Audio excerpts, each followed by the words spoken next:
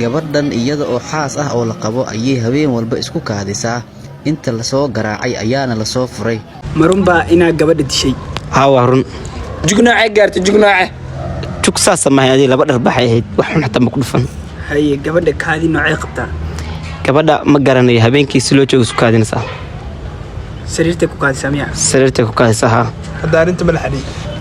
arinta waa la xaliyay odayaal baa dhex galeen ma laga yaabaa marka gabadha ma ku sheeg intaadan guursanin kor ma way qarisay inta isku kaasan jir horta waqti dheer baa isku kaasan laakiin way qarisay inay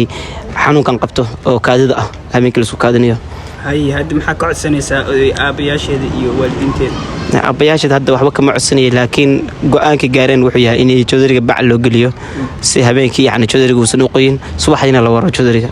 ma lagu soo celin karaa meherkii iyo wixii lacagti ka baxday rooska wallahi horta waxyaalaha ku garcaa waxaas ahayd marka hore meher bay sheegatay waa siiyay xalfad iligay xalfadii waa u dhigay